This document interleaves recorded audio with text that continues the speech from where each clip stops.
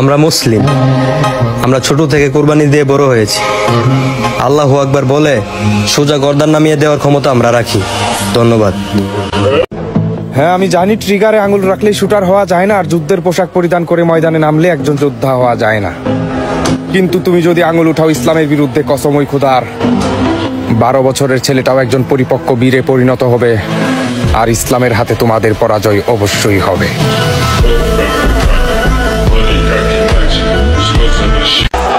এক বোন কমেন্ট করেছে, প্রয়োজনে পর্দা করে যুদ্ধ করব, আমরা মেয়েরাও মাঠে নামব, ধর্ম নিয়ে কথা বললে কোনো ছাড় নাই। নারায়ে তাকবীর, আল্লাহু আকবার। এই কমেন্টটা পড়ার সময় শরীরের লোমগুলো দাঁড়িয়ে গিয়েছিল। মনে হচ্ছিল আমরা ওমর রাদিয়াল্লাহু তাআলা আনহুর যুগে বসবাস করছি। মাশাআল্লাহ, এমন জামানায় এত সুন্দর চেতনা প্রত্যাশা করা যায় না। দোয়া রইল মা বোনদের প্রতি, আল্লাহ তাদেরকে দ্বীনের পথে পরিচালিত করুন, আমিন।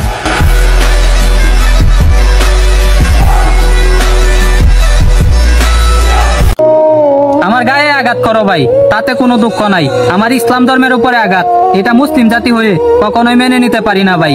একবার যদি কালিমার পতাকা মাথায় বেঁধে যুদ্ধের ময়দানে নেমে যাই, তোমার বটি কান মাটিতে পড়ে থাকবে, মাথা কান থাকবে না ভাই।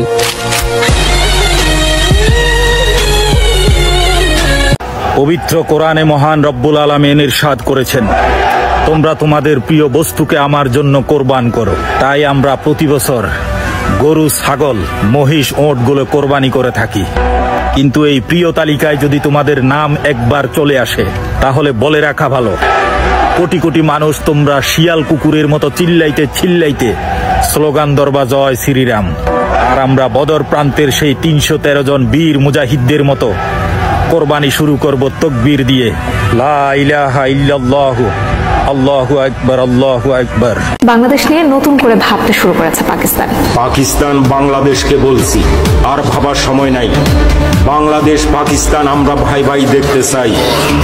বাংলাদেশ পাকিস্তান যৌথভাবে ভারতে সামরিক হস্তক্ষেপ দেখতে চাই।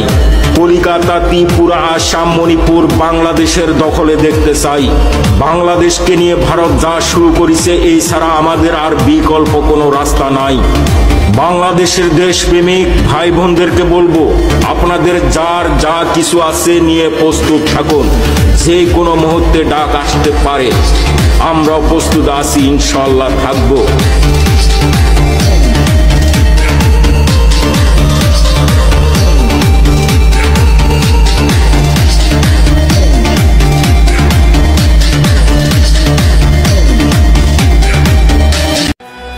যদি দেশের জন্য জীবন দিতে পারো, তাহলে ধর্মের জন্য কেন নয়? যদি প্রয়োজনে মুসলিম হয়েও মন্দির রক্ষা করতে পারো, তাহলে এখন প্রয়োজনে মসজিদকে কেন নয়? কোনো ধর্মরে ছোট করে দেখতে ইসলাম শিক্ষা দেয় না। একজন খাঁটি মানুষ হতে গেলে তোমার ব্যবহারই যথেষ্ট। খাঁটি মানুষরা কখনো ভোগ বিলাসিতার চিন্তা করে না। সে যদি দিনরাত করেও তাকে কষ্ট। মৌলবীর ছেলেও কিন্তু হয়ে থাকে নষ্ট, মালখুর গাঁজাখুলের ছেলে কিন্তু হয়ে যায় শ্রেষ্ঠ। বংশজাত নিয়ে কেউ করো না বিচার, তুমি থাকতে পারো ছাত্র, মুচির ছেলেও কিন্তু হয়ে যেতে পারে তোমার স্যার। আমরা খাঁটি মানুষ খুঁজি, বংশজাত নিয়ে করি না উপহাস। দেশটা তখনই সুন্দর হবে যখন আমরা সকলে মিলে একসাথে করতে পারবো বাস। খাঁটি মানুষরা কখনোই পাবে না উঁচু মুকাম, যারা বুঝে তারা তোমাকে মানবে আইডল এবং দিবে ন্যায্য দাম। যদি ময়মনসিংহ, গাঙ্গিনাপাড়, ঈশ্বরগঞ্জ, 18 বাড়ি, নান্দাইল, ফুলপুর, তারাকান্দা, মাইজবাগ, গফরগাঁও, কেন্দ্র, নেত্রকোনা মানুষের ভালোবাসা পাইতাম, তাইলে টিকটকের পরেও আমি ওকা পাইতাম। কিন্তু ওরা তো আমার সাপোর্ট করে না। যদি টিকটকের সেলিব্রিটি হয়ে যায়,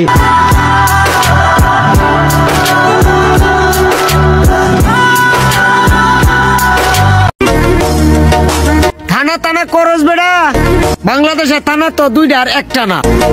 আমাদের নান্দাইল মডেল থানা, পারলে একবার ঘুরে দেখে যায়। তোদের চাইতে কোনো অংশে কম না। ওয়াজ মাহফিলের টাকা কালেকশনের জন্য ছোট বাচ্চাদের দিয়ে করায় না ভিক্ষা। অভিভাবকরা মহৎ উদ্দেশ্য নিয়ে মাদ্রাসায় ভর্তি করিয়েছে, সন্তান যেন পায় দ্বীনি ইলম শিক্ষা। নামি দামি বক্তাদের হাদিয়া মিটাতে না পারলে সাধ্যের মধ্যেই করুন ওয়াজ মাহফিল। বাচ্চাদের হাত পাতা টাকা দিয়ে পরিশোধ কইরেন না হাদিয়া নামক অনেক টাকার বিল। ধর্মীয় অনুষ্ঠানকে ব্যবসা সফল বানানোর চলছে চেষ্টা, এমনটা হলে আমাদেরই ক্ষতি হবে চেষ্টা। সবার কপাল থেকে কষ্ট চলে যায়, আর আমি এরকম এক ব্যক্তি যার কপালে চিরদিন কষ্ট থাইকা যায়।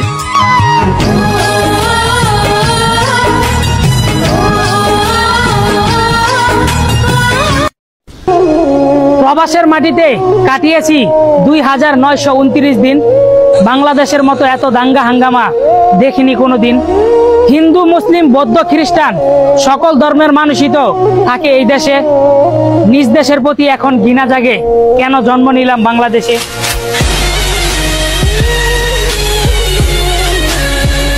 মরে যাব বলে ভয় পাচ্ছি না, ভয় পাচ্ছি আল্লাহর সামনে কি নিয়ে দাঁড়াবো। ইয়া রব, আমাদের গুনাহ মুক্ত না করে ডাক দিও না। তৈরি